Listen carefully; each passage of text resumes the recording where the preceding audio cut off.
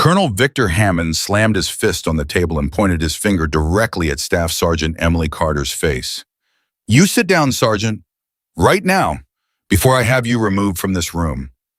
The laughter that followed cut through her like a blade. 480 Marines were about to march into a valley Emily knew was a death trap, and the man with the power to stop it had just chosen his ego over their lives. If you've never subscribed to this channel, hit that subscribe button right now and drop your city in the comments. I want to see how far this story travels, because what happened next will stay with you for the rest of your life. Emily Carter had been staring at the same drone footage for 11 straight days. Not because she was ordered to, not because anyone told her to run a secondary analysis on Black Raven Pass. In fact, nobody had asked her to do anything of the sort. Her official assignment was straightforward: process incoming intelligence, compile reports, pass them up the chain. Standard sniper analyst work: clean, contained, safe. But Emily had a habit that had followed her since her early days growing up in West Texas. Her father, a man who had spent 30 years working cattle country, used to say the same thing every single morning before sunrise. He would stand at the kitchen window with his coffee and say, "Emily, the land always tells the truth. People lie, the land don't." She never forgot that. So when the initial drone footage from Black Raven Pass came across her desk 3 weeks before Operation Iron Shield was scheduled to launch, she did what she always did. She looked, really looked, not at the surface, not at what the report said was there, at what was actually worthwhile. The valley itself was narrow. That much was obvious. Roughly 3 kilometers long, carved between two steep ridgelines that rose nearly 800 meters on either side.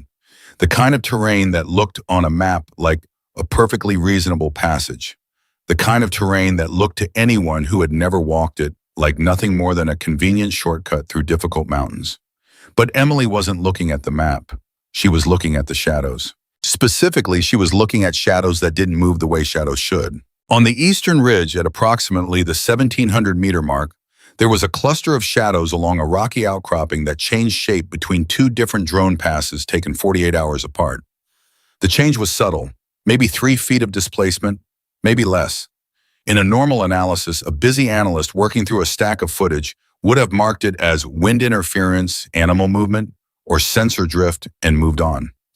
Emily marked it as human activity. She pulled the footage from 6 days earlier, same location, different angle. She zoomed in until the image pixelated and she could barely make out anything at all. And then she sat back in her chair and whispered something under her breath that nobody else in the room heard. "They've been there a while." She cross-referenced the position against intercepted radio chatter from the previous 2 weeks. Her Arabic was functional, not fluent, but she'd been working with a translator named Specialist Reza Ahmadi, who had a gift for reading between the lines of insurgent communications. Most analysts wanted direct information. Reza always said the most valuable communications were the ones that said almost nothing at all. This one, he told her on a Tuesday evening, sliding a transcription across the table. "This is interesting." The communication was 11 seconds long. 2 voices. The first voice said a single phrase that translated roughly to, "The birds have moved south." The second voice responded with what appeared to be a confirmation sound, then said, "By the trees remember." "That's nothing," another analyst said when Emily showed him the transcript. "That's farmer talk. Probably local civilians talking about weather patterns." Emily didn't think so. She pulled every intercepted communication from a 20-kilometer radius over the previous 30 days and gave them all to Reza. She asked him to look not for what was being said, but for what was being carefully not said, for conversations that felt structured, for language that had a rhythm to it that didn't match casual civilian speech. It took him 4 days. When he came back to her, his expression said everything before his words did. "Emily," he said quietly, pulling his chair close and speaking low enough that only she could hear. "I've been doing this for 6 years. I've never seen coordination like this in civilian traffic. These aren't farmers. These aren't local conversations. Someone has been using civilian communication channels to relay position updates and movement timing for at least 3 weeks.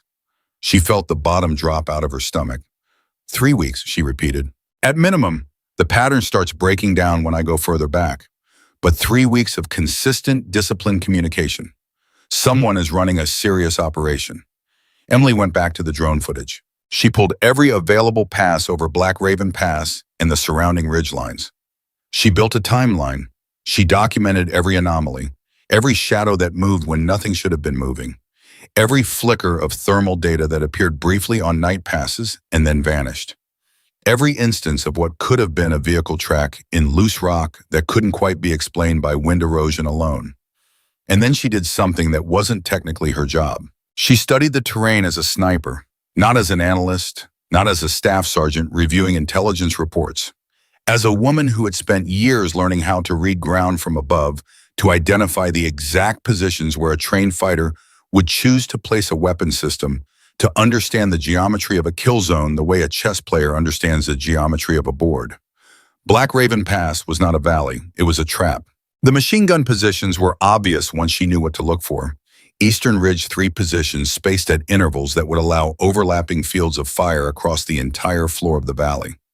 No blind spots, no dead ground where a convoy could shelter. Any vehicle column moving through the valley floor would be exposed to direct fire from at least 2 positions at any point during the transit. The mortar positions were more frightening. She found 4 of them, 4 elevated positions on the western ridge, each one positioned to cover a different section of the valley. The exit point at the northern end of the pass, the place where any convoy would naturally try to accelerate out of danger, had 2 mortar positions dedicated specifically to covering it. Whoever had planned this understood exactly how a convoy commander would react under fire. They had preloaded the escape route with steel. The RPG teams were the worst of all, because she couldn't find them. She knew they had to be there. No competent ambush commander would set machine guns and mortars without close-range anti-armor capability. But the RPG teams were hidden somewhere she couldn't identify from above, which meant they were good, which meant they had planned this for a long time, which meant this was not a reactive operation thrown together by a local militia with a grudge. This was a professional military ambush. She wrote the report on a Thursday night, 14 pages, single-spaced, every piece of evidence documented, cross-referenced, and analyzed. She included the drone footage timestamps, the intercepted communication transcripts, with Rez's analysis, the terrain study, and her sniper assessment of the firing positions. She included her conclusion in the first paragraph, not the last, because she wanted whoever read it to understand immediately what they were looking at before they got into the evidence. She called it what it was. Black Raven Pass constitutes a prepared ambush position of significant scale and sophistication. Operation Iron Shield, as currently planned, will expose 480 Marines to coordinated fires from multiple prepared positions with no viable covered withdrawal route. This operation should not proceed without a complete reassessment of the intelligence picture. She submitted it through proper channels at 2200 hours. By 600 the next morning, she had received a response from the operations section that contained exactly 12 words. Report reviewed. Intelligence assessment does not support your conclusions. Proceed with assigned duties. 12 words. She stared at those 12 words for a long time. Then she picked up the phone and called the operations officer directly. Major Daniel Reese was a capable officer, generally well regarded, the kind of man who followed procedure with a religious devotion that had served him well through 2 previous deployments. He answered on the 3rd ring. Reese, sir, this is Staff Sergeant Carter. I submitted an intelligence assessment last night regarding Black Raven Pass. I wanted to follow up directly. A pause. I received your report, Sergeant. Sir, I believe the evidence strongly indicates the division intelligence staff has reviewed the area extensively, Reese said, and his voice carried that particular kind of careful patience that senior officers used when they were trying to end a conversation without appearing dismissive. Their assessment is that the enemy has abandoned the valley. Your analysis is based on a secondary review of footage that has already been processed. Sir, with respect, I don't believe the footage was analyzed for deliberate concealment. I believe, Sergeant, his voice sharpened slightly, your report has been noted. The operation will proceed on schedule. Is there anything else? There was a long silence. No, sir. She hung up. For approximately 90 seconds, Emily Carter sat completely still at her desk and thought about what she was going to do next. Around her, the base operated with its usual controlled energy. Keyboards clicked. Radio traffic murmured in the background. Someone in the next room was laughing about something. The ordinary sounds of a military installation on an ordinary morning, completely unaware that 480 men were scheduled to walk into a slaughterhouse in 5 days. Then she stood up. "Reza," she said. He looked up from his work. "I need everything you have, all of it, formatted so a colonel can read it in 10 minutes. Reza looked at her for a moment.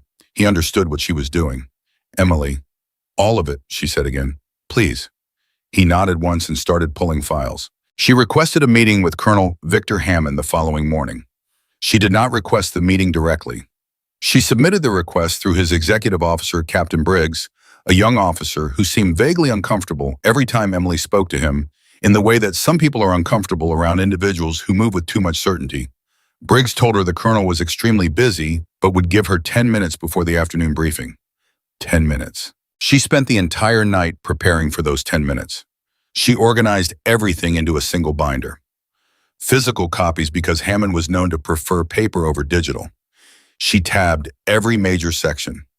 She prepared talking points with timestamps.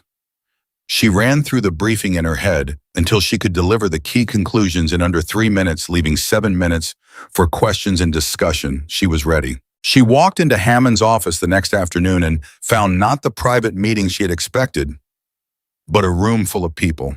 Hammond's senior staff was present, 3 lieutenant colonels, 2 majors.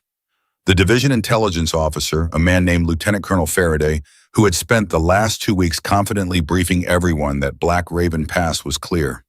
And in the corner, quiet and watchful Captain Briggs with his notepad. Hammond sat at the head of the table.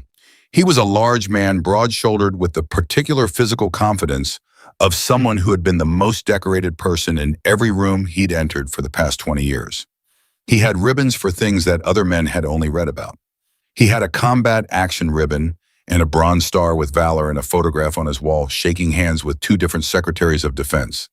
He was not a man who had been wrong often, at least not in ways that anyone had been willing to tell him about. He looked at Emily the way a man looks at an interruption. "Sergeant Carter," he said without standing, without offering her a seat. "I understand you have concerns about our intelligence picture." "Yes, sir." She set the binder on the table. "I've documented what I believe is strong evidence of a prepared ambush position along the full length of Black Raven Pass. I'd like to walk you through the key." "Lieutenant Colonel Faraday," Hammond said, turning slightly toward the intelligence officer without breaking eye contact with Emily, "has your team reviewed Sergeant Carter's report?" Faraday leaned back slightly in his chair with the expression of a man who had been asked to validate something he had already decided was beneath his consideration. "We've looked at it, sir. The anomalies she's identified are within normal variance for the area. Environmental factors, local wildlife sensor calibration issues. Her interpretation is speculative. I've cross-referenced the anomalies against intercepted communications," Emily said, keeping her voice level. "Specialist Ahmadi's analysis of the radio traffic over the past 30 days indicates a pattern consistent with operational coordination, not civilian." "Sergeant," Hammond's voice had a new quality in it now. Still controlled, but with something underneath it that was harder and colder than anything that had been there a moment before. "Our intelligence staff has access to the full range of available information. You have access to a subset. Do you understand the difference?" "Sir, I believe the subset I've analyzed contains information that hasn't been." "Do you understand the difference?" He repeated the question in a way that was not a question at all. The room was completely silent. Emily stood very still. "Yes, sir, I understand." "Good." He folded his hands on the table. "Then you understand that a staff sergeant conducting a secondary analysis on intelligence that has already been assessed by the appropriate professionals and then presenting that secondary analysis as grounds to delay a major operation is not something I have patience for." "Sir, do you know how many operations have been delayed, canceled, or compromised because someone at your level decided they knew more than the intelligence staff?" He leaned forward slightly. "Do you know what the cost of that is? Not just in terms of operational momentum, in terms of lives, in terms of the trust that these Marines place in us to give them decisive leadership." He looked around the room. Faraday was nodding. One of the lieutenant colonels was looking at the ceiling with the expression of a man trying to stay out of something. Captain Briggs was writing in his notepad. "A desk sniper," Hammond said, and his voice had taken on a quality that was almost amused. "Thinks she's smarter than military intelligence. The laughter came from multiple directions at once. It wasn't cruel laughter. That would have been easier to take. It was the laughter of men who found something genuinely funny, which was somehow worse.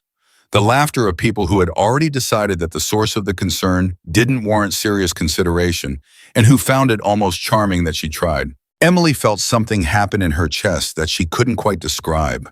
It wasn't anger, it wasn't humiliation, it was something quieter and colder than either of those things. It was the specific feeling of knowing something terrible is going to happen, and knowing that the people with the power to stop it have decided for reasons that have nothing to do with evidence that you are wrong. She picked up her binder. "Thank you for your time, sir," she said. She walked out of the room. In the hallway, she stood alone for a moment. The sounds of the meeting drifted through the closed door behind her. Normal conversation had already resumed. She was already forgotten. She thought about her father standing at that kitchen window. The land always tells the truth. People lie, the land don't. She thought about 480 Marines who were going to enter a valley in 4 days. She thought about the shadows on the eastern ridge that moved when nothing should have been moving. She thought about Reyes' quiet voice saying, "I've never seen coordination like this." She thought about the 4 mortar positions she had mapped, 2 of them aimed specifically at the exit point where any convoy would try to run. She walked back to her workstation. She sat down, and she started planning. Not for the meeting she no longer had access to. Not for the report that nobody was going to read. She started planning for the possibility, the growing, terrifying, almost certain possibility that she was going to have to do something about this herself. She didn't know yet what that something was. She knew only that 4 days from now, at first light, 480 young men were going to walk into a valley that she knew was a trap. She knew it the way she knew anything about terrain. Not as a guess, not as a theory, as a certainty. She went back to the footage. She went back to the maps. She studied the ridge lines above the valley. The western ridge, the eastern ridge, the approaches, the angles, the ranges. She was thinking like a sniper now, not like an analyst, like a woman who was trying to figure out whether one person in the right position, with the right rifle and enough ammunition, could do anything meaningful in a valley full of prepared ambush positions. It wasn't a plan yet, it was the beginning of a question. And the answer she kept arriving at, no matter how many times she ran the numbers, no matter how many different ways she tried to look at the terrain, was the same. One person, right position, right equipment, possibly, just possibly. She pulled the topographic detail for the eastern ridgeline and started calculating distances. Outside her window, the base continued its ordinary life, completely unaware that Staff Sergeant Emily Carter had just made the most consequential decision of her career, without yet fully understanding what that decision was. 4 days. She had 4 days to figure out if she was going to do something impossibly dangerous, or if she was going to sit at this desk and listen to the radio and know with a certainty that would haunt her for the rest of her life that she had been right all along. She opened a new document. She began to write. The night before Operation Iron Shield launched, Emily Carter did not sleep. She sat at her workstation long after everyone else had gone to their racks. The base had that particular kind of quiet that only exists in the hours between midnight and dawn. Not peaceful, not restful, but hollow. Like the world holding its breath. Around her, screens glowed with data she had already memorized. Maps she had already studied until the terrain felt like something she could touch with her hands. Ridgeline elevations, valley floor measurements. Firing angles calculated down to the last degree. She had done everything right. She had submitted the report. She had gone through proper channels. She had requested the meeting prepared, the evidence stood in that room, and taken Hammond's humiliation without flinching, and then walked back out and tried again through every avenue still available to her. She had sent a formal written objection to Major Reese's office. She had asked Reza to submit his communication analysis separately through the intelligence section, hoping a second voice might carry weight hers no longer could. Reese's office had acknowledged receipt. Reza's analysis had disappeared into the system without a response. At 01:30, Emily opened the topographic file for the eastern ridgeline one more time. She had been looking at it for days, but tonight she was looking at it differently. Not as an analyst trying to document a threat, as a sniper trying to solve a problem. The highest point on the eastern ridge sat at roughly 1,840 meters. From that position, a trained shooter with the right optics would have line of sight across nearly the full length of the valley floor. Not perfect. There were dead angles near the northern exit and a significant blind spot created by a rock formation at the valley's midpoint. But coverage from that elevation would be substantial. The distance from the base to the ridgeline was approximately 11 kilometers. 7 of those kilometers were accessible by vehicle on a maintenance track that ran along the outer face of the mountain. The remaining 4 kilometers would have to be covered on foot climbing, nearly 600 meters in elevation, through rocky terrain with no established path. She had calculated it 3 times. With full gear moving at a hard pace in the dark, the climb would take between 90 minutes and 2 hours. Operation Iron Shield was scheduled to begin at first light. First light was at 05:37. She looked at the clock on her screen. 01:43. She had exactly enough time. She sat with that knowledge for a long moment. She understood completely what she was considering. This was not a gray area. This was not a situation where regulations were ambiguous or where a reasonable person could argue interpretation. What she was thinking about doing was a direct violation of orders, an unauthorized departure from her assigned post during an active operation, and a unilateral combat action without command authority. If she was wrong about the valley, she was going to prison. If she was right about the valley and she did nothing, she was going to have to live with that. She thought about a young Marine she had spoken to briefly at the chow hall 2 days ago. Lance Corporal something, she hadn't caught his last name, maybe 20 years old from somewhere in Georgia, who had been talking excitedly to his friends about getting to call his mother when the operation was done. He had been eating a piece of cake from somebody's birthday celebration and laughing about something, his whole face open and young and completely unafraid, in the way that only very young men in the hours before their first real operation can be unafraid. She thought about him, she thought about her father. She stood up. She moved deliberately and quietly the way she had been trained to move when silence mattered. She went to her bunk and pulled the equipment she had been, without quite admitting it to herself, preparing for the past 3 days. Her rifle, a Mark 11 Mod 0 semi-automatic, 7.62 NATO, the weapon she knew better than anything else she owned in the world. Ammunition, more than she should probably carry, spotting scope, rangefinder, radio, survival kit, water for 18 hours. She dressed in full field gear and checked everything twice with the automatic thoroughness of years of training. She wrote a note. She left it on her workstation where it would be found. It contained 3 sentences. I have gone to the eastern ridge line above Black Raven Pass. My intelligence assessment regarding the prepared ambush positions was accurate. Whatever happens, the decision was mine. She signed it with her name, rank, and service number. Then she walked out into the dark. By 400, Emily was at the base of the eastern ridgeline where the vehicle track ended and the mountain began. She had driven the first 7 kilometers alone in a motor pool vehicle she had signed out under a maintenance pretext, a decision that would add additional charges to whatever was waiting for her when this was over. She shouldered her pack, checked her rifle one final time, and started climbing. The mountain didn't care about her plans. The rock was loose in places and deceptive, offering handholds that crumbled when she committed her weight to them. Twice in the first kilometer, she slipped and caught herself with one hand, the other instinctively protecting the rifle. Her lungs burned from the first 20 minutes. By 40 minutes, she had stopped noticing the pain in her legs because it had simply become the permanent condition of existing. She climbed. She didn't let herself think about anything except the next handhold and the time. At 5:12, 25 minutes before first light, she pulled herself over the final rock face and onto the ridgeline.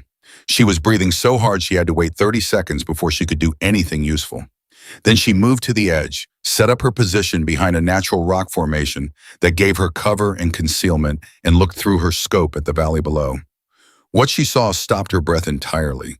It was worse than she had calculated. She had estimated roughly 70 to 90 fighters based on the position signatures she'd identified.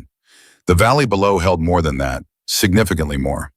They were well concealed, and a person looking without optics would have seen nothing unusual, just rock and shadow and the pre-dawn quiet of an Afghan mountain morning. But through her scope, she could see them, tucked into fighting positions, arranged along both ridgelines with the systematic precision of people who had been placed by someone who understood fields of fire. Machine gun teams, mortar crews, and finally the RPG teams she hadn't been able to locate from the drone footage, positioned in a fold of ground on the valley floor itself, hidden in a drainage feature that the aerial sensors had never properly captured. She counted it again. Oh God, she said aloud to nobody. 153 fighters. 153. For 480 Marines who were about to walk in with their guard partially down, trusting intelligence that had told them the valley was empty. She pressed her ear to her radio. The operational network was already alive with convoy traffic, vehicles moving, commanders checking in with each other. The controlled professional chatter of a military operation getting underway exactly on schedule. She keyed her radio. Any station, any station. This is Sergeant Carter. I am at position on the eastern ridge above Black Raven Pass. The valley is occupied. I repeat, the valley is occupied. I am counting over 150 armed fighters in prepared positions. Convoy must halt. I repeat, convoy must halt immediately. Static. Then a voice she recognized. Captain Briggs. Who is this? Identify yourself properly and your authorization for this frequency. This is Staff Sergeant Emily Carter. I am physically on the ridgeline above the pass. I have eyes on 153 fighters in prepared ambush positions. The convoy cannot enter the valley. You need to tell the colonel right now. A pause. Then Briggs again, and his voice had gone careful and tight in the way that voices go when someone is managing a situation they haven't been trained for. Sergeant Carter, you are not authorized to be at that location. Stand by. Stand by. She lowered the radio. Below her, at the southern entrance to the valley, she could see the first vehicles of the convoy beginning to move. The lead element. 4 armored vehicles, then a gap, then the main body beginning to follow. The convoy was long. It would take the better part of 10 minutes for the full column to enter the pass. She keyed the radio again. Briggs, listen to me. The lead element is entering the valley right now. The ambush will be triggered when the main body is fully committed. You have maybe 8 minutes before this turns into a massacre. 8 minutes, please. Another pause. Longer this time. Then a different voice. Reese. Sergeant Carter, Colonel Hammond has been informed of your location and your transmission. You are ordered to stand down and return to base immediately. The operation is proceeding. She stared at the radio for one long second. Then she set it down and picked up her rifle. Below her, the lead vehicles disappeared around the first bend in the valley. The main body was following. She could see the column from above, dark shapes moving through a valley that looked peaceful and empty and completely safe to anyone who didn't know what she knew. She started calculating. Eastern Ridge machine gun position, 1,740 meters. She could see the crew now. 2 men. The gunner was adjusting his weapon's elevation. He was getting ready. She could see from the angle of his body that he was waiting for a specific trigger point, probably when enough of the convoy was committed that breaking contact would become impossible. Her hands were steady, her breathing slowed. The thing about being a sniper was that the training didn't leave you. It didn't matter how long you'd spent behind a desk. It didn't matter that her official role for the past 2 years had been analysis rather than fieldwork. The fundamentals were in her body, the way languages in the body automatic, present available the moment you needed them. She exhaled. She took the shot. The gunner on the eastern ridge dropped. For approximately 3 seconds, nothing happened. Then the valley exploded. The ambush triggered early before the insurgent commander had planned it because someone had just shot his lead machine gunner, and the fighters who witnessed it panicked and opened fire immediately. That early trigger was the first thing that saved lives, though Emily wouldn't understand that until much later. The convoy's lead element was still short of the main kill zone when the first RPG rounds started flying, which meant they had just barely enough room to stop and take partial cover. Just barely. Not enough. The radio came alive with voices, not the professional chatter of an organized operation. Something rawer and faster than that. She could hear commanders trying to establish what was happening. She could hear vehicle crew members reporting impacts. She could hear underneath of it the specific sound that combat radio traffic acquires when things have gone badly wrong, a kind of compressed, urgent energy that has no equivalent in any other human experience. She was already moving to her second target, Western Ridge mortar position. She had identified it from the pre-dawn setup she'd observed through her scope. The crew was preparing to fire on the convoy's rear element. If those mortars found their range, the rear of the column would be cut off from any possibility of withdrawal. She fired. The mortar crew scattered. She fired again. The crew chief went down. The mortar did not fire. Below her, the convoy had stopped. This was exactly what the ambush designers had intended. Stop the vehicles on the valley floor, expose them to fire from above, prevent any organized withdrawal. But the early trigger in the suppression of the first machine gun had bought the lead element seconds that should not have existed. And those seconds were being used by Marine NCOs to get men behind whatever cover was available. She heard a voice on the radio that she would remember for years. Young, male. The particular kind of voice that belongs to a 20-year-old trying to sound older than he is in a situation that has overwhelmed every preparation he has made. Raptor 6, we have multiple casualties. We are taking fire from both ridges. Request immediate. CAS, request immediate. CAS, we cannot move forward. We cannot move back. Raptor 6, please. Raptor 6 was a senior commander. Raptor 6 did not respond. The communication network was fragmenting.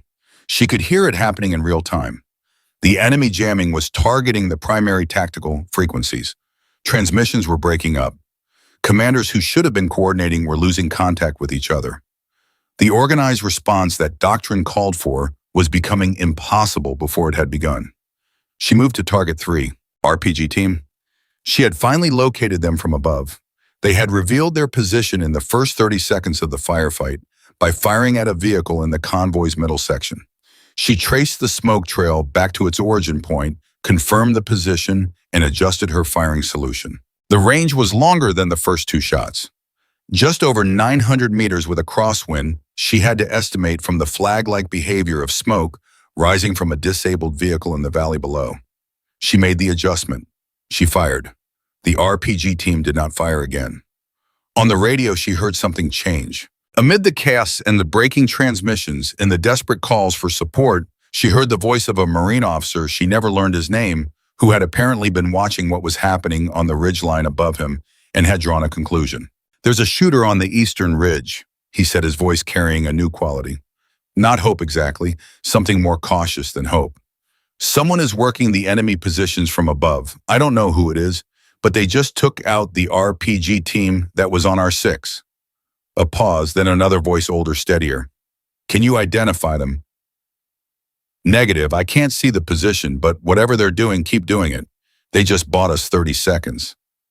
30 seconds. In a firefight of this intensity, 30 seconds was an eternity.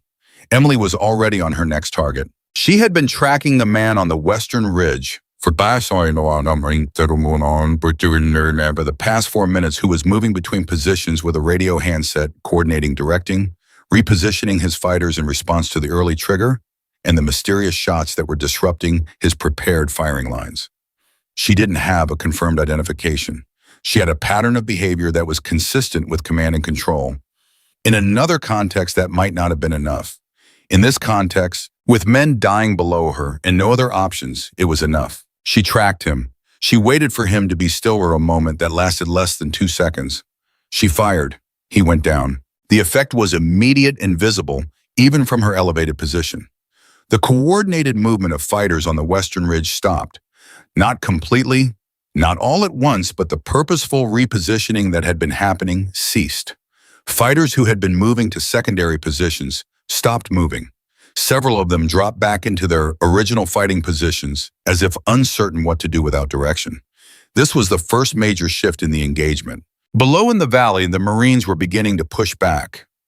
Not advancing, not yet, but the pressure on the lead element had decreased just enough that NCOs were moving men, establishing stronger firing positions, beginning to coordinate with each other in the spaces the jamming couldn't quite reach. She could hear it on the radio, not victory, nothing like victory, but the beginning of organization where there had been only chaos. She had been on the ridge for 47 minutes. Her water was half gone. Her ammunition was down by more than she had planned because she had been working faster than a controlled rate of fire allowed.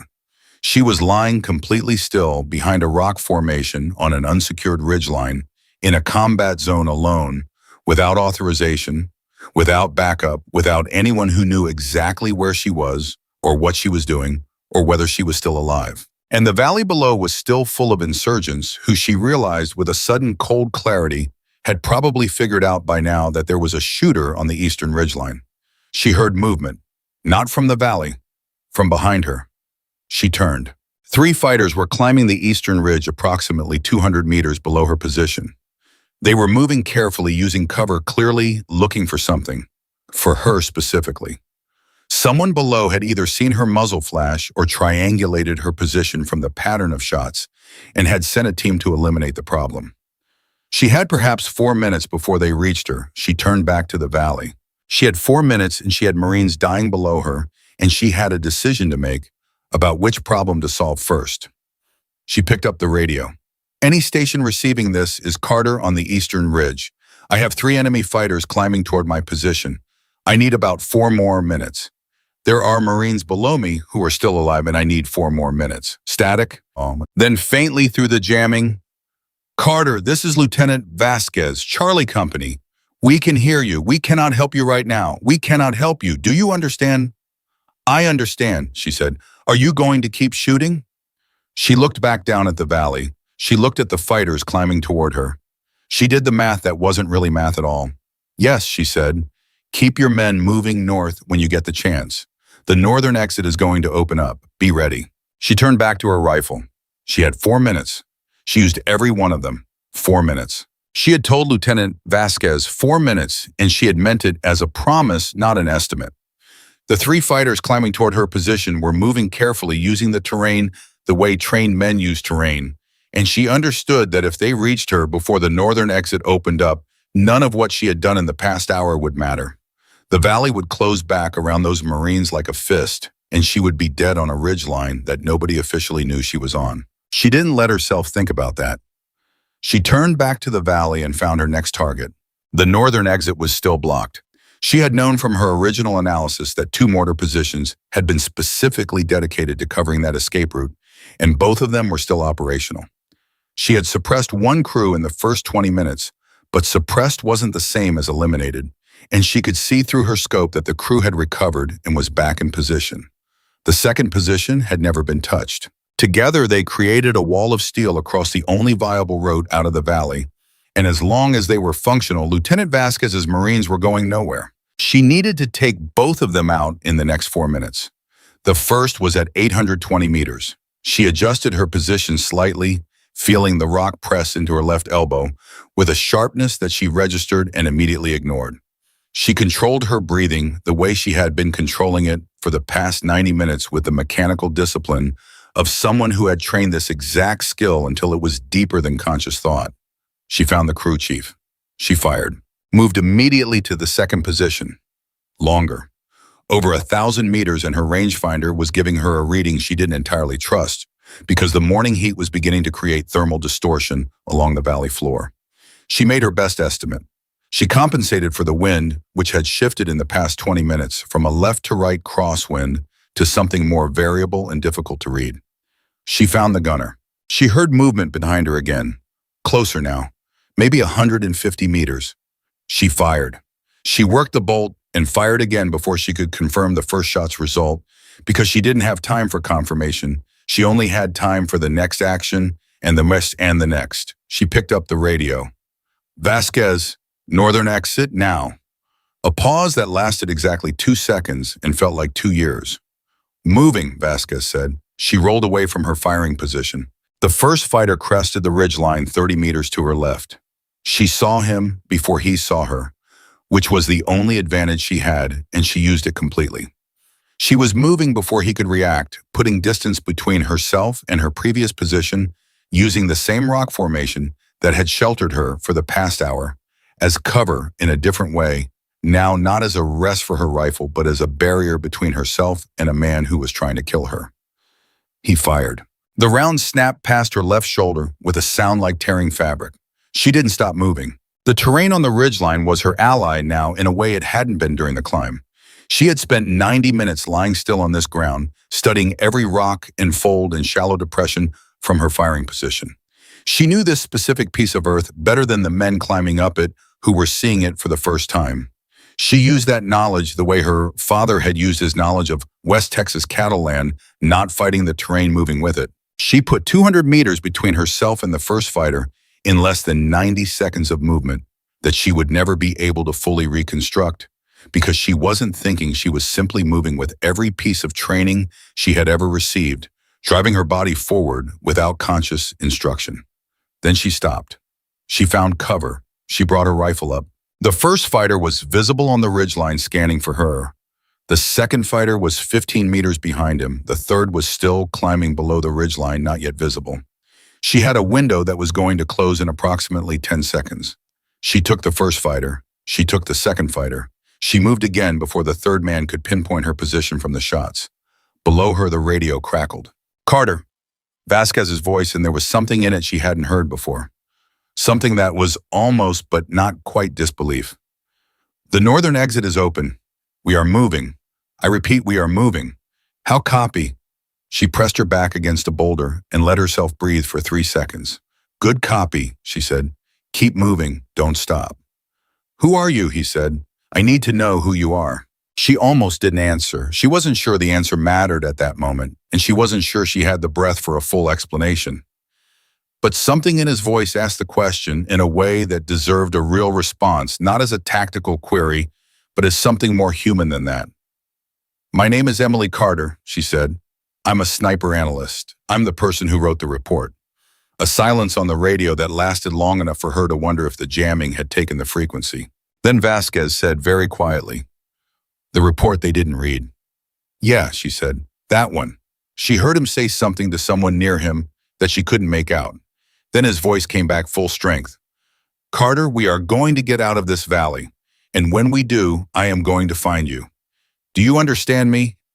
Focus on your Marines, Lieutenant. Yes, ma'am. She moved again. The third fighter from the climbing team had reached the ridgeline and was moving toward her last known position. She tracked him from behind a rock formation 70 meters away. He was good. He moved carefully and kept low and checked his angles. But he was alone now, and he knew it, and she could see in his movement the particular tension that comes from being the last man on a team that has stopped communicating. She waited. He came to a stop behind a boulder and went still listening. She was very good at being still. After 90 seconds, he moved again. She fired once. He fell. She put her back against the rock and looked up at the sky for exactly 5 seconds. This was something she had never done in training or in any previous operational context, and she couldn't have explained why she did it now. Maybe because the sky was the only thing in her field of vision that didn't require an immediate decision. Maybe because 5 seconds of looking at something other than a scope was the minimum her nervous system needed to keep functioning at the level the next hour was going to require. She looked at the sky, then she went back to work. The situation in the valley had shifted again while she'd been dealing with the climbing team. The Marines of Charlie Company were moving through the northern exit, which meant the pressure on that end of the convoy had decreased. But the fighters on the eastern ridge, her ridge, had reorganized in the absence of her fire and were now hammering the middle section of the convoy with everything they had. She could hear it on the radio. A vehicle was burning. A platoon was pinned in a position with no good cover.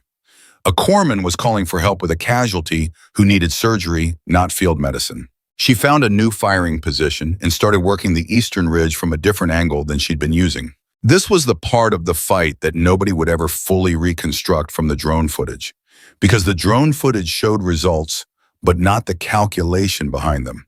Every shot Emily fired for the next 22 minutes was the product of a process that happened faster than conscious thought: target identification, threat, prioritization, range, estimation, wind compensation, trigger control, repeated over and over with a speed and precision that would later cause the analyst reviewing the footage to initially assume there must have been multiple shooters on the ridgeline.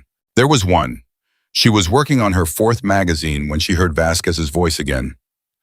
Carter, Alpha Company is clear of the northern exit. Charlie Company is 30 seconds behind them. But we have a problem. She was already scanning for the problem before he finished the sentence. Bravo Company, he said. They're still in the middle section. They've got a vehicle down and they can't move it, and they are not going to leave their people. She found the middle section of the convoy through her scope. She could see the disabled vehicle, an MRAP, that had taken an RPG round to its rear axle and was sitting at an angle that blocked the route behind it. Marines were clustered around it, using it as cover. A sergeant she couldn't identify from this distance was organizing them with the kind of controlled fury that is the specific emotion of a man who has accepted that the situation is catastrophic and has decided to be catastrophic right back at it. The fire coming down on them from the eastern ridge was heavy. She identified the 3 positions generating the most volume of fire and started working them in sequence. First position, 680 meters, two men. She took the gunner and the assistant gunner shifted to cover. She moved to the second position, fired twice, and the rate of fire from that location dropped by half. Third position was harder.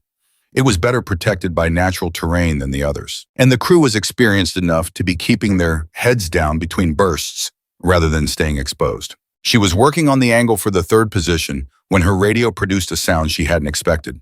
Colonel Hammond's voice. She had not heard his voice since she'd walked out of his conference room 4 days ago. In the intervening time, he had existed in her mind as an obstacle she had moved past rather than a person she had ongoing dealings with. Hearing him now on an active combat frequency was disorienting in the way that unexpected things are disorienting in the middle of the situations that already require everything you have. Carter. His voice was controlled, carefully controlled in the way that things are controlled when the effort of controlling them is significant. Carter, respond.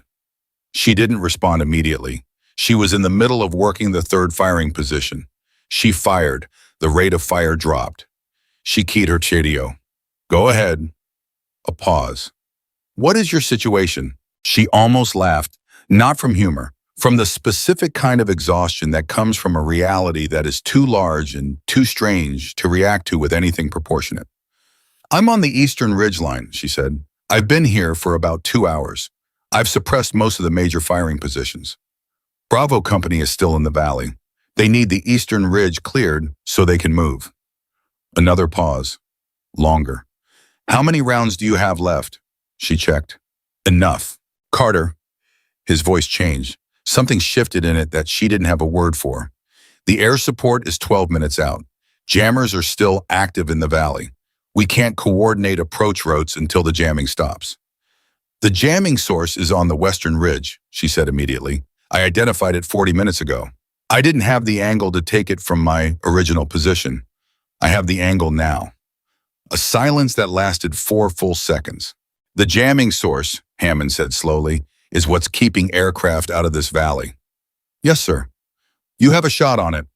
Yes, sir. Another silence. Carter.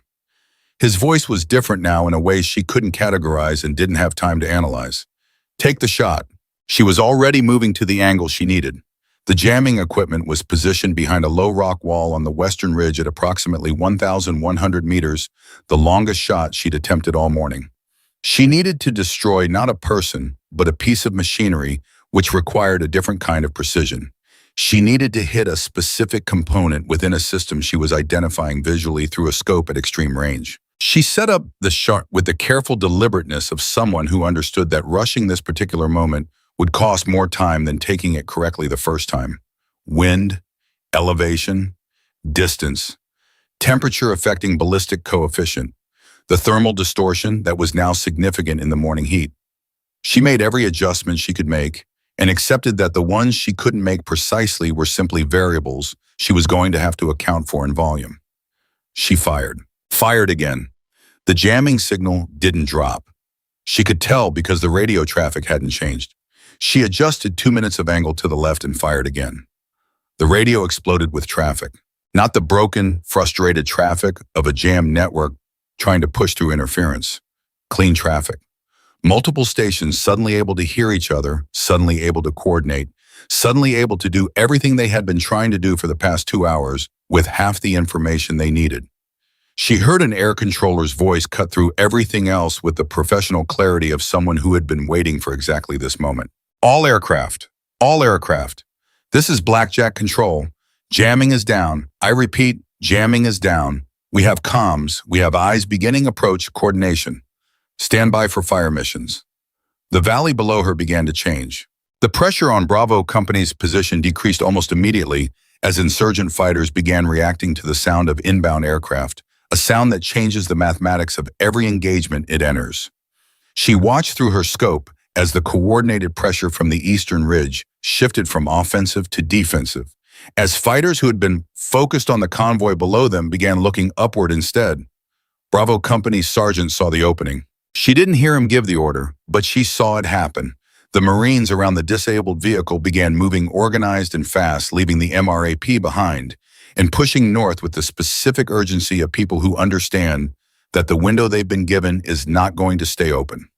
She covered them. Every head that appeared above a fighting position on the eastern ridge, every RPG gunner who tried to acquire the moving column, every crew that tried to reposition to get a better angle on the withdrawing Marines, she found them, and she hit them, and she moved to the next one without pausing to think about what she was doing in any larger sense, because thinking about what she was doing in any larger sense would have required more of her than she had available right now. She was running on something that was past adrenaline and past training and past anything she had a name for.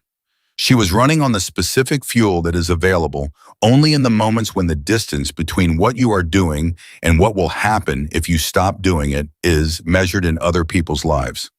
Bravo Company cleared the valley at 0812. She heard it on the radio, Vasquez's voice, not Bravo Company's commander, but Vasquez, because he had apparently attached himself to a command radio in the last 20 minutes specifically so he could hear. He said 2 words when the last Marine cleared the northern exit. She did it. Nobody responded immediately to that. Then Hammond's voice, quieter than she had ever heard it.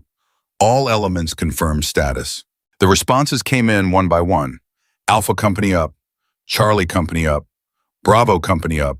Vehicle crew from the Disciple, MRAP. 3 personnel extracted, 2 wounded, no KIA. The casualty numbers that began coming through the radio over the next several minutes were devastating enough. Too many wounded, too many men who had been hurt in ways that would follow them for years.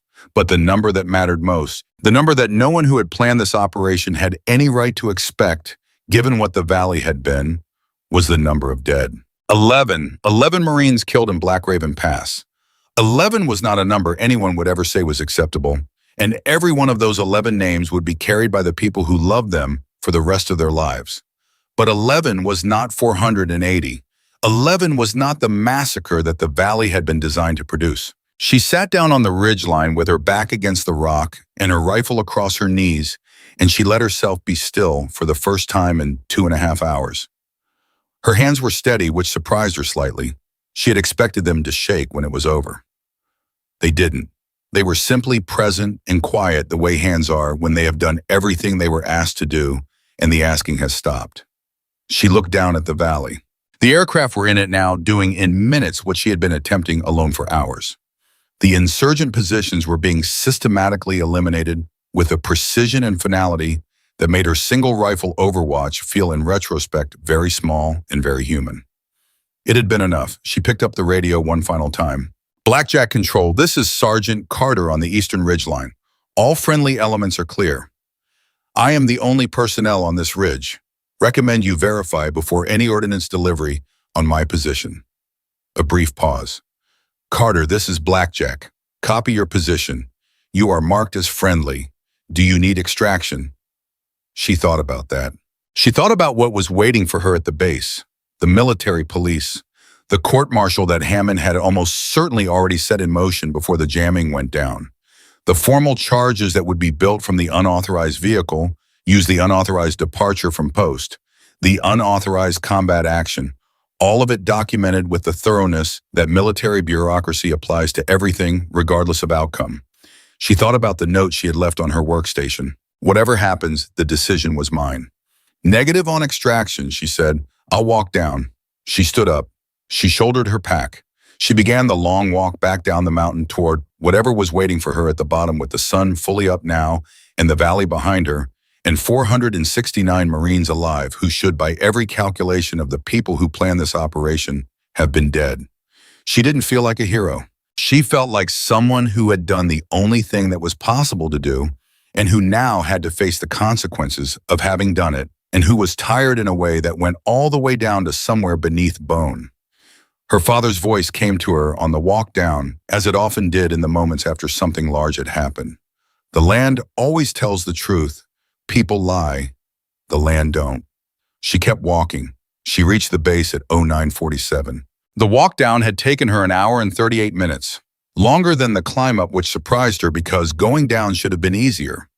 But her legs had nothing left in them by the time she hit the lower slopes, and she had stopped twice to sit on rocks and drink the last of her water and let her hands do the shaking they had apparently been saving for the descent. They shook considerably. She watched them do it with a kind of detached curiosity, the way you watch weather happen outside a window. Her body processing what her mind had been too occupied to process during the fight itself. She heard the vehicles before she saw them. Two military police Humvees were parked at the point where the mountain track met the base perimeter. Four MPs stood beside them with the careful, neutral expressions of people executing orders they had not been given the context for. Behind the Humvees, a third vehicle. Captain Briggs sat in the passenger seat with his notepad open on his knee, because of course he did. She walked toward them without slowing down. The senior MPA staff sergeant, whose name tag read Holloway, stepped forward and held up one hand. Not aggressively, almost apologetically. "Staff Sergeant Carter," Holloway said. "That's me. Ma'am, I've been instructed to escort you to the Provost Marshal's office. You are not under formal arrest at this time, but Colonel Hammond has requested—" "I know," she said. "Let's go." Holloway looked at her for a moment with an expression that was not quite sympathy and not quite professional neutrality, but something in the middle of both. Then he nodded and opened the rear door of the first Humvee. She got in. Nobody spoke during the drive to the Provost Marshal's office. Briggs in the vehicle behind hers had not made eye contact with her at the pickup point, and she hadn't tried to make him. The base around her looked exactly as it had looked when she'd left it 7 hours ago, which felt wrong in a way she couldn't articulate. Places should look different after the things that had happened. They never did. The Provost Marshal was a lieutenant colonel named Garrett, a lean, precise man in his mid-40s who had the specific quality of someone who had spent a career making judgments and had gotten comfortable with the weight of that. He gestured to a chair across from his desk when she entered. She sat. He looked at her for a moment, at the field gear she was still wearing, the rifle she had checked at the door, the general condition of someone who had spent the past several hours on a ridgeline doing things that were going to require a great deal of paperwork. "You understand why you're here," he said. "Yes, sir." "Do you want to make a statement before the formal proceeding begins?" "I made a statement before I left," she said, "and I left it on my workstation. I assume you have it." He looked down at his desk. He did have it. She could see her handwriting on the paper from across the desk, which meant he had been reading it before she arrived. "Whatever happens, the decision was mine," he read quietly.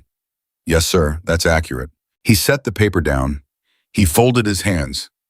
He looked at her with an expression that was harder to read than she expected from a man whose job was procedural. "Sergeant Carter," he said, "off the record, just for one moment, are you all right?" The question caught her completely off guard. She had prepared for accusations. She had prepared for formal language in the reading of charges in the particular institutional coldness of military justice machinery being set in motion. She had not prepared for a simple human question delivered in a quiet voice by a man who appeared to actually want to know the answer. She thought about it honestly. "I don't know yet," she said. "Ask me in a week." He nodded slowly. "Fair enough." He straightened in his chair and his expression shifted back to professional. "Formal proceedings will begin at 1400. You have the right to counsel. I strongly recommend you use it." "I understand. You're dismissed until then. Holloway will keep you on base." She stood to leave. She was almost at the door when Garrett spoke again, and his voice had that off-the-record quality again, quiet and careful. "Sergeant, the casualty reports are coming in from the valley. You should know that." She turned. He held her gaze for a moment. 11 killed, he said. 469 accounted for. Wounded are being processed." She didn't say anything. There was nothing adequate to say about 11, and there was nothing adequate to say about 469, and the gap between those two numbers was not something that could be addressed with language in a provost marshal's office on a Tuesday morning. She nodded once. She walked out. The formal proceeding at 1400 lasted 40 minutes. The charges were read: unauthorized absence from assigned post, unauthorized use of government vehicle, unauthorized discharge of a weapon in a combat zone without command authority, conduct prejudicial to good order and discipline. Each charge was read in the flat procedural language of military justice, and each one was accurate, and Emily sat through the reading of them with the stillness of someone who has accepted a reality completely. Colonel Hammond was not present at the proceeding. That surprised her. She had expected him to be there. She had expected, if she was being honest with herself, that he would find some satisfaction in being present for the formal initiation of the process she had forced him into by surviving and returning. His absence felt significant in a way she couldn't immediately interpret. Her JAG attorney, a young captain named Flores, who had clearly been briefed on the situation in the past 3 hours and was visibly processing the ethics of it as fast as he could, leaned close during a brief recess. "Hammond is in a meeting with the commanding general," he said quietly. "Has been since about noon." She looked at him. "Why?" Flores chose his words carefully. "The drone footage from this morning's operation is being reviewed. Apparently, the imagery analysis team has been working on it since the aircraft cleared the valley. There are people who are very interested in what it shows." She let that sit for a moment. "What does it show?" she said. "I don't have full access yet," Flores said, "but from what I'm hearing, it shows a great deal." The formal proceeding concluded with Emily being restricted to base pending investigation. No confinement, no immediate punitive action. The machinery of military justice was in motion, but it was moving, she sensed, with slightly less certainty than it had started with. She went to her bunk. She slept for 3 hours without dreaming. When she woke, Reza was sitting in a chair outside her room. He stood when she opened the door. His expression carried more information than his face normally showed, and Reza was a man who had trained himself over years of intelligence work to show very little. "They're talking about you," he said. "I know. I don't mean the command staff." He paused. "The Marines from the valley, the ones who came back. They're talking." She leaned against the doorframe. "What are they saying?" "They're saying there was a ghost on the ridge." He looked at her steadily. "They're saying every time the insurgents had them locked down, something changed. A gunner went down, a mortar crew stopped firing, an RPG team that was about to fire just stopped. They're saying someone was up there working for them the whole time, and they don't know who it was." She was quiet. "Some of them know," Reza said. "Vasquez has been telling anyone who will listen. He stood in front of his entire company an hour ago and told them your name." She closed her eyes for a moment. She hadn't wanted that. She wasn't sure why, but she hadn't wanted that. Not yet. Not while 11 families were getting phone calls, and 11 sets of remains were being prepared for transport, and 11 lives were being compressed into the bureaucratic language of casualty reports. The living didn't get to celebrate while the 11 were still so freshly gone.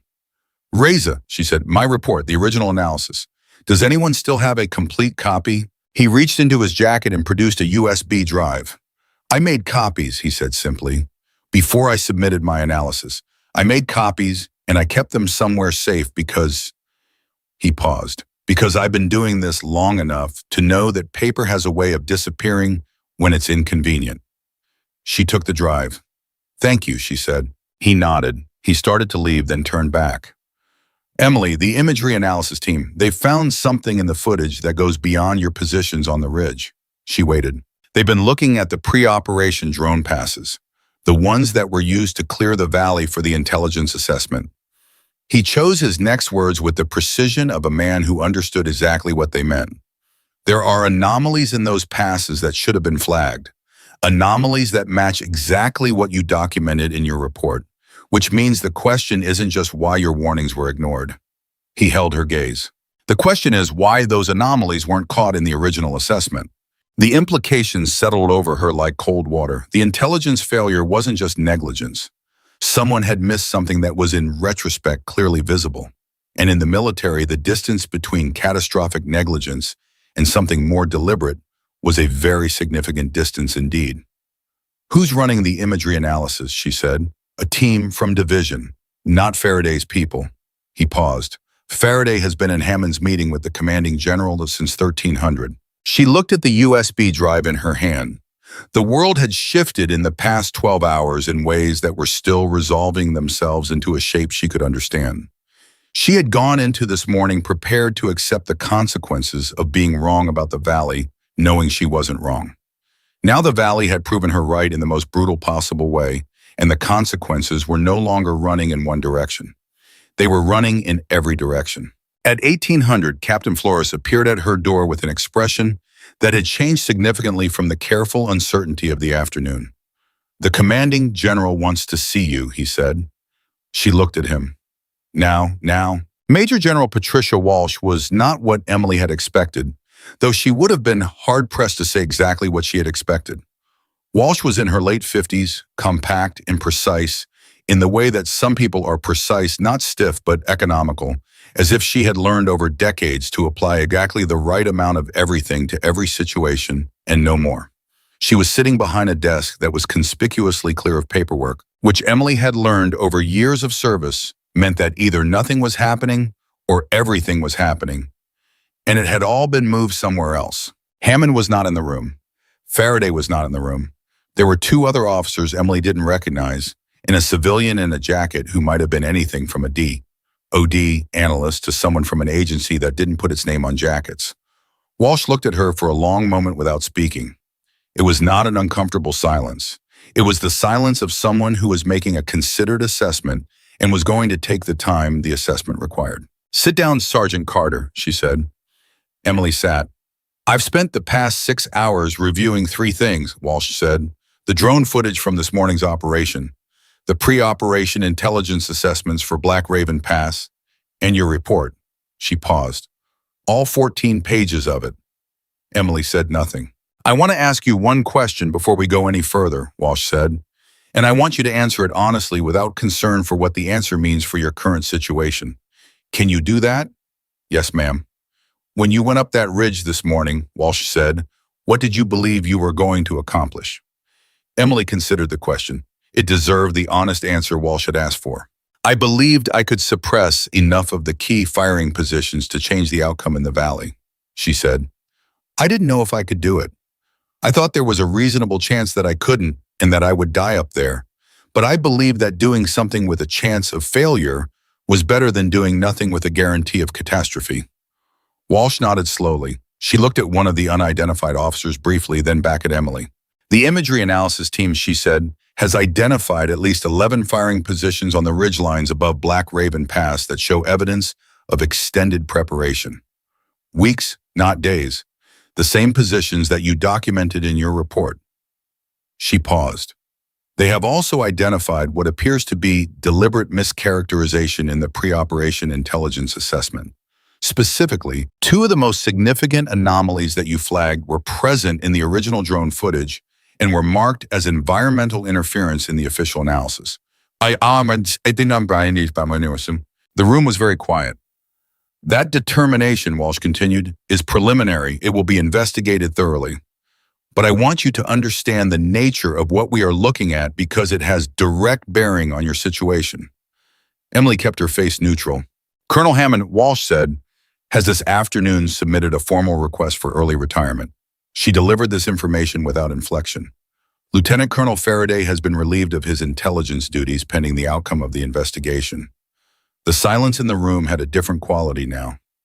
Emily thought about the conference room 4 days ago, the 14 pages flying across the room, the laughter, the 12-word response that had said everything, everything, and nothing. She thought about Hammond's voice on the radio that morning in the valley after the jamming went down.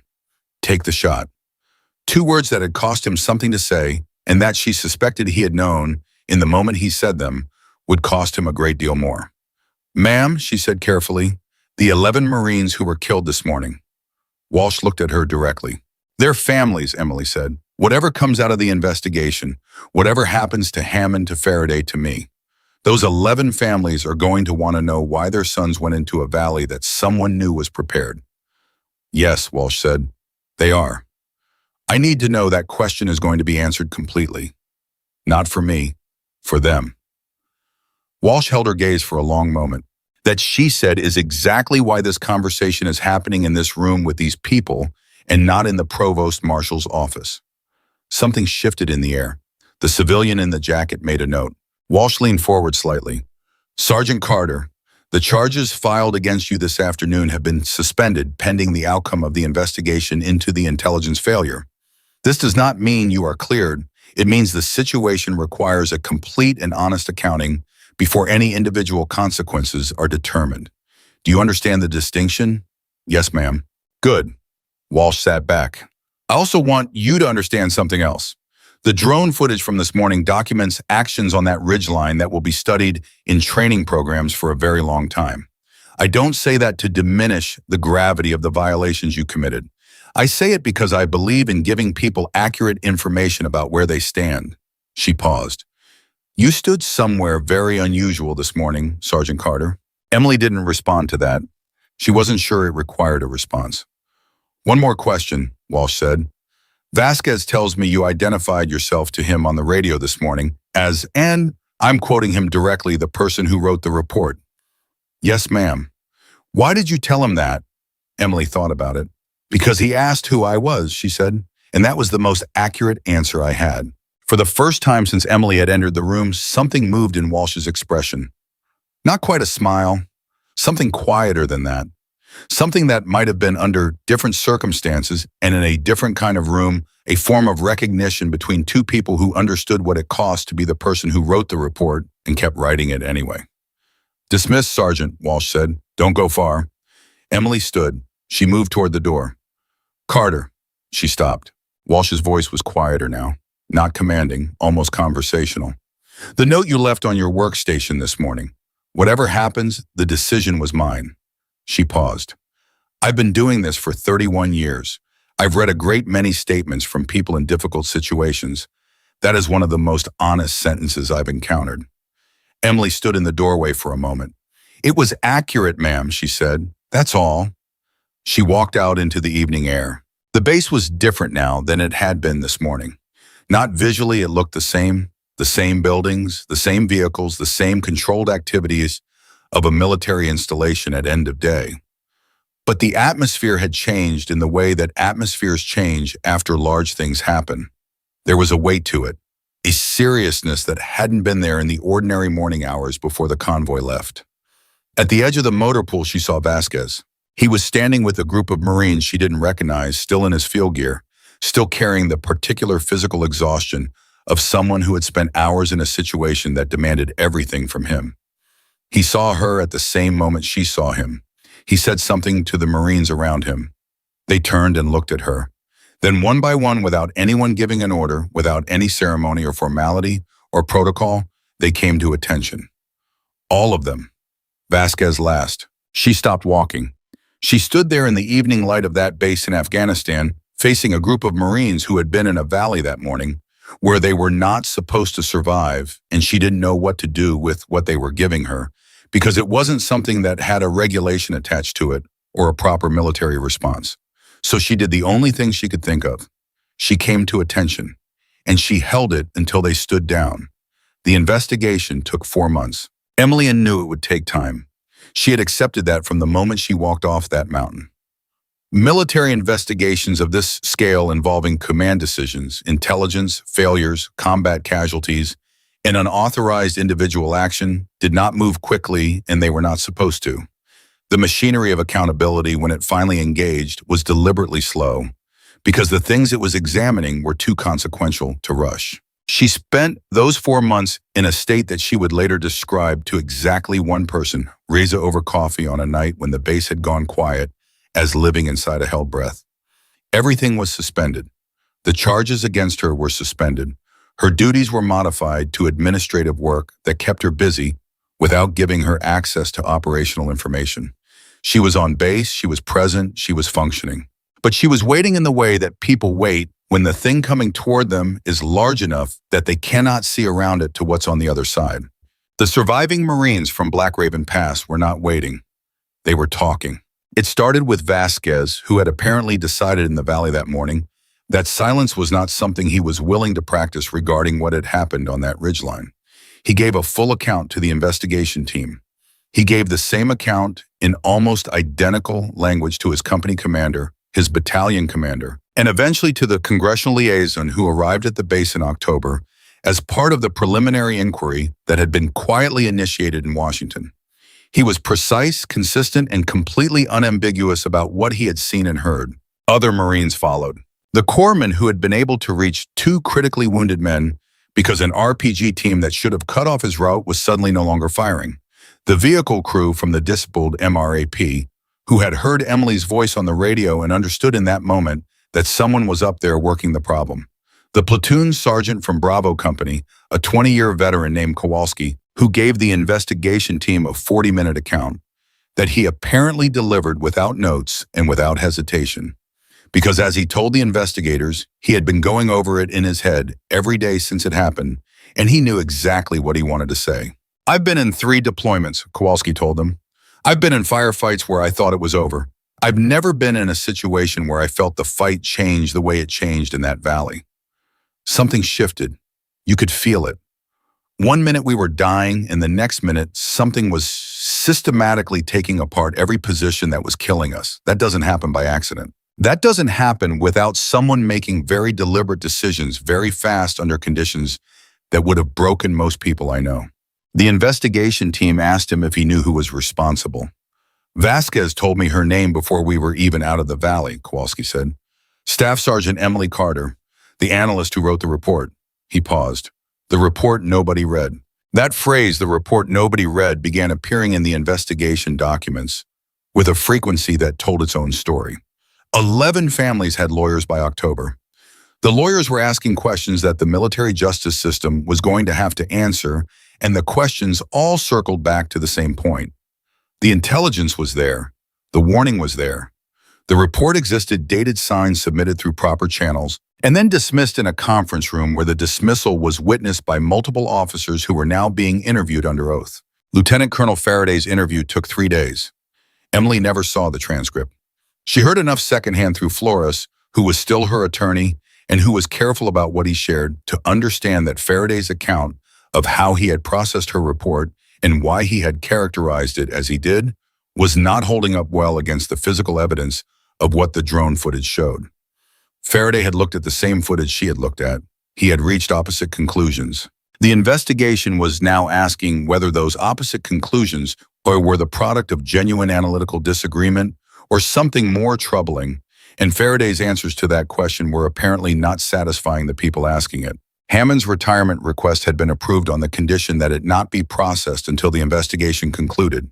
He was still on base, still nominally in command, in a reduced capacity, while a deputy ran day-to-day operations. Emily saw him once in the hallway outside the administration building in the 3rd week of September. He saw her at the same moment she saw him. They were perhaps 20 feet apart. She stopped. He stopped. For a moment, nothing happened. The hallway was empty except for both of them and whatever the past months had done to the space between them. He looked older than he had in the conference room 4 days before the operation. Not physically older exactly, but older in the way that people look when something they believed about themselves has been removed and hasn't been replaced yet. He spoke first. "Carter," he said. "Sir," she said. He looked at her for a long moment. She could see him working toward something, working toward words that were not coming easily to a man who had built his entire identity on the idea that his judgment was sound and his decisions were right. "The 11, he said finally. She waited. "I think about the 11, he said. His voice was quiet and stripped of every quality she had ever heard in it. No command authority, no institutional certainty, just a man's voice saying something true. "Every morning." She looked at him steadily. "So do I, sir." He nodded once. He walked past her down the hallway. She watched him go. She didn't feel satisfaction. She didn't feel vindication. She felt something much quieter and much sadder than either of those things, the specific grief of a situation where being right had cost too much to feel like winning. The congressional inquiry became formal in November. Emily was called to testify in December. Flores prepared her for 2 weeks. He walked her through every question the committee was likely to ask, every piece of documentation she would need to reference every moment in the sequence of events where the narrative could be clarified or confused. He was thorough and he was good at his job, and he was also, she sensed, personally invested in the outcome in a way that went beyond professional obligation. "They're going to ask you about Hammond," he told her during one of their preparation sessions. "They're going to want to know about the meeting, what he said, what the response was. You need to be accurate and you need to be unemotional, because the moment this looks like a personal grievance, it becomes easier for people to dismiss it as one." "It was never personal," she said.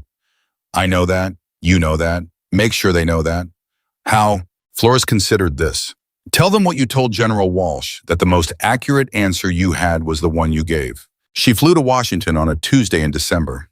She had never testified before Congress. She had imagined it would feel significant, and it did, but not in the way she had expected.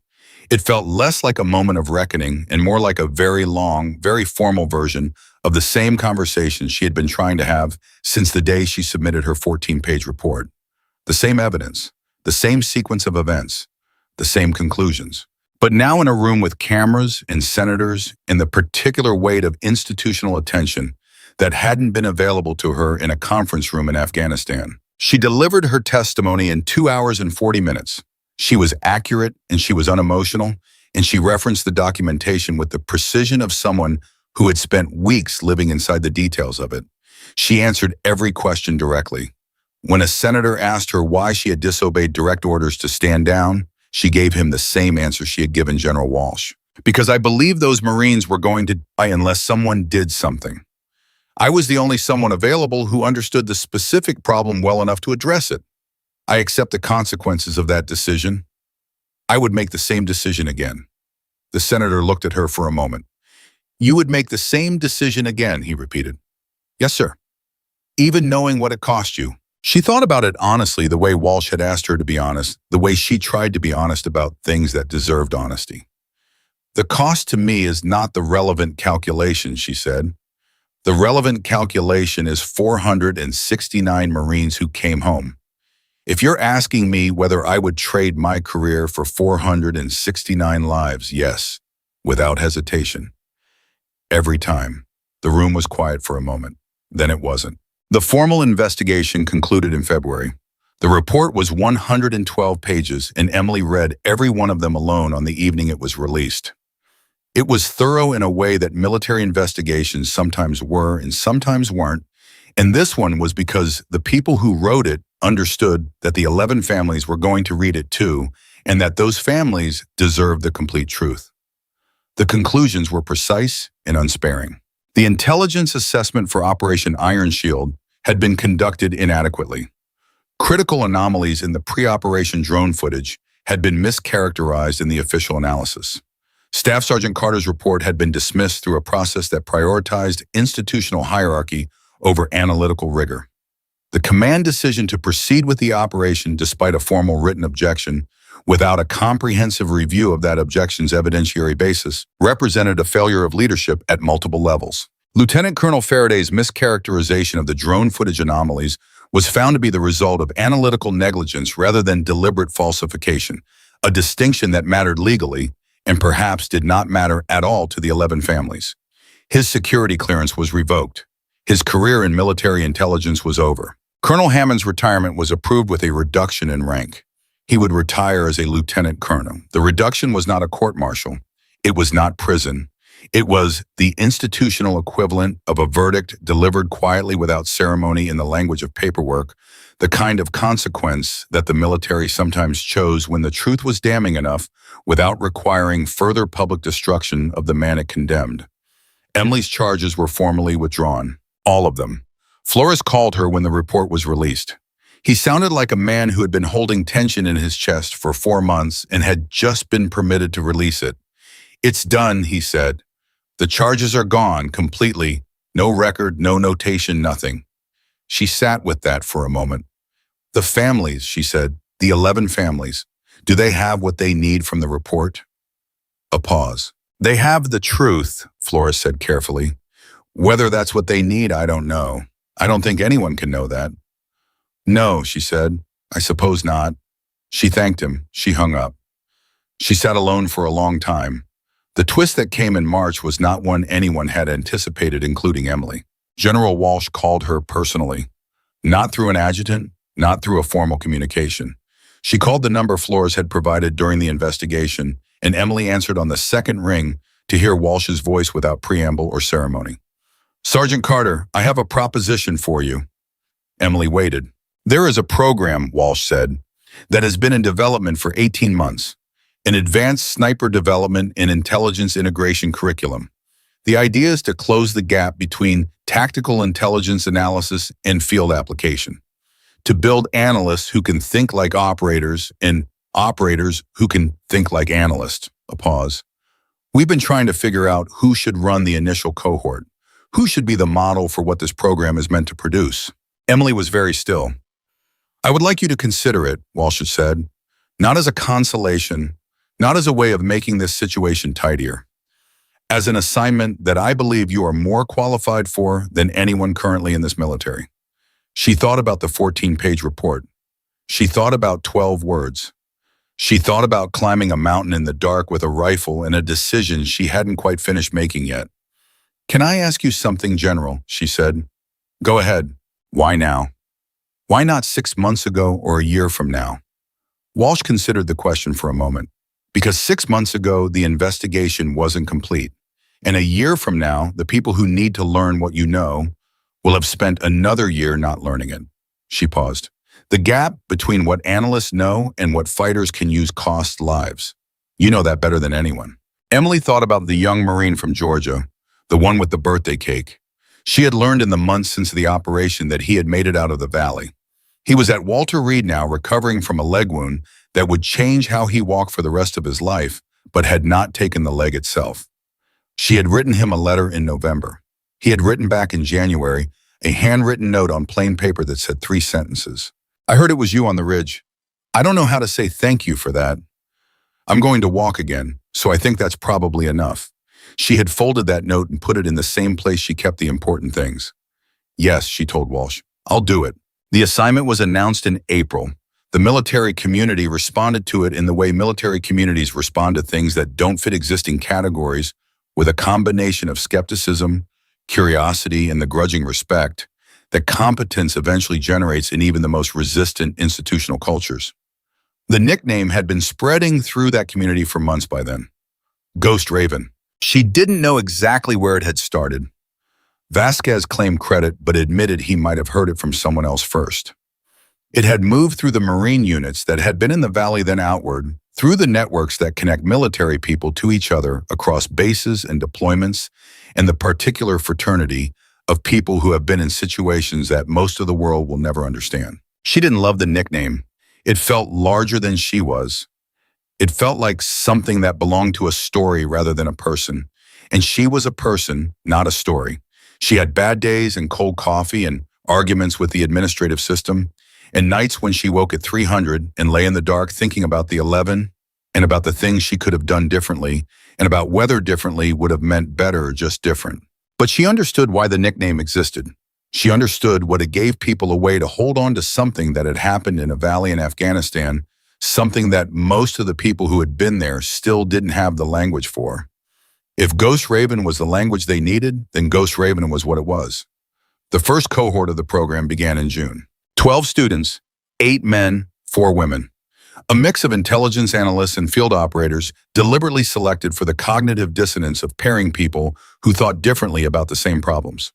The first day, Emily walked into the classroom and stood in front of them and looked at them for a long moment before she said anything. They looked back at her. Some of them knew who she was. All of them knew the story or a version of it. She could see it in the way they held themselves, that particular combination of expectation and uncertainty that people have when they are in the presence of something that has become larger than its origin. She set her binder on the table. Not 14 pages this time. Much more than that. I'm going to start, she said, by telling you what I got wrong. Several of them looked surprised. I got a lot of things right, she said. I identified the firing positions. I read the communications correctly. I made the climb and I took the shots and the Marines came home. Those are facts. She paused. But I also spent 3 days submitting reports through channels that weren't going to respond and requesting meetings with people who had already decided not to listen, and I didn't move fast enough to the option that was actually available to me. 3 days. I kept trying to solve the problem the institutional way when the institution had already told me it wasn't going to help. The room was very quiet.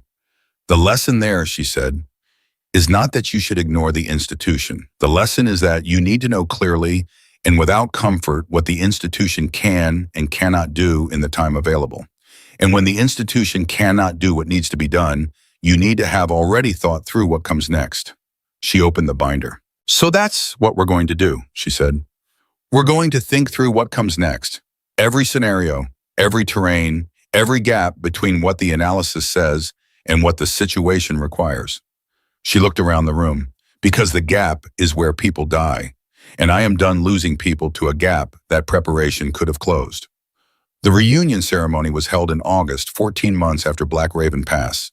It was not a formal military event.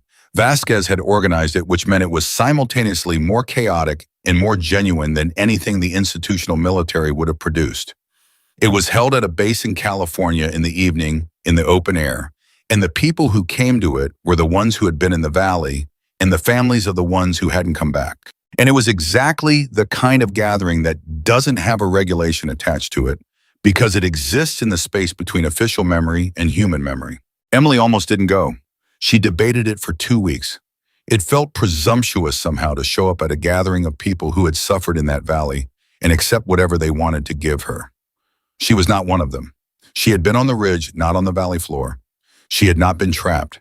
She had not lost the people beside her. She had chosen to be there, which was a fundamentally different thing from being sent there and having no choice. Flores told her she was overthinking it.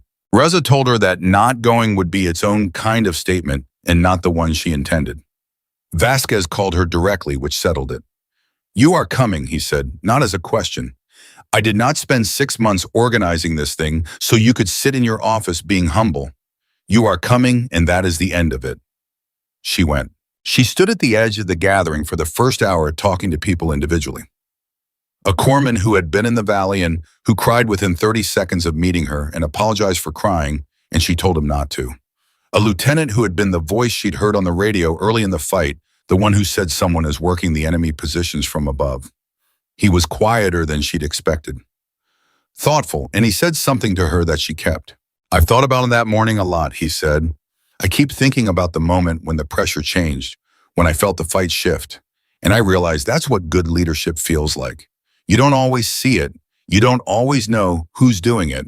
You just feel the situation change and you understand that someone made a decision that cost them something." She thanked him. She made her way through the gathering, slowly, not rushing, giving each conversation the time it needed. The families of the 11 were there, and those were the hardest conversations. Not because the families were angry, some were, and she understood that completely, but because grief in a room is the heaviest thing in a room, and she carried her share of it, and she wasn't going to pretend otherwise. One mother, a woman from Tennessee whose son had been 22 years old, took Emily's hands in both of hers and held them for a long moment without speaking. Then she said, "My boy went into that valley because people like you were supposed to keep him safe." She paused. "I know you tried. I know you did everything you could. I'm not angry at you." Another pause. "I just need you to know that he was a good boy." "I know," Emily said. "I know he was." The woman nodded and released her hands and walked away, and Emily stood very still for a moment afterward and let the weight of that exchange settle where it needed to settle. Then Vasquez appeared at her elbow. "It's time," he said quietly. She looked at him. "Time for what?" He smiled for the first time all evening. "You'll see." He walked her to the center of the gathering. The crowd shifted and reorganized in the way crowds do when something is about to happen. She didn't know what was coming. She didn't ask. What came was silence first, then one by one, beginning with the Marines nearest to her and spreading outward through the gathering, like something moving through water, people came to attention, all of them. The Marines who had been in the valley, the families who had come to remember the ones who hadn't come back, the officers and NCOs who had organized the gathering. Vasquez beside her, standing at the sharpest attention she had ever seen him hold. All of them, facing her. She stood in the middle of it for a long moment. She felt something move through her chest that she couldn't name and didn't try to. She looked at the faces around her, the young faces and the older faces, and the faces that carried grief, and the faces that carried something that might eventually become peace. And she understood that this was not about her. It had never been about her. It was about what happens when one person decides that the cost of doing nothing is higher than the cost of doing everything. She came to attention. She held it until they stood down. Later, when Vasquez drove her to the airport, he was quiet for most of the drive. Then he said, "They're going to teach your case study and leadership courses." "I heard," she said, "Hammond's people are going to teach it." He glanced at her. "How does that feel?" She thought about it honestly. "Good," she said. "If it means what happened in that valley never happens again, good." He nodded. He drove. At the departure gate, she stopped and looked at him. He had aged in the past 14 months in the way that combat ages people, not more than his years, but more accurately to them. As if the valley had burned off whatever insulation had existed between him and the full weight of his own experience. "Vasquez," she said, Thank you for talking, for not staying quiet. He looked at her for a moment. Thank you for going up the mountain. She picked up her bag. She walked through the gate. She had a program to run. 12 students who needed to learn the gap between what the analysis said and what the situation required. 12 people who needed to understand that the report was not the end of the responsibility, it was the beginning of it. Staff Sergeant Emily Carter Ghost. Raven, the woman who climbed a mountain alone with a rifle and brought 469 Marines home, had never believed she was extraordinary. She believed she had done the only thing that was possible to do and then accepted the consequences of doing it and then gotten back to work. That her father had told her once standing at a kitchen window in West Texas with the sun coming up over cattle land was all that integrity ever really was. Not a feeling, not a reward, a choice you made when no one was watching and then lived with completely. She had made hers, and 469 men had gone home to prove it was the right one.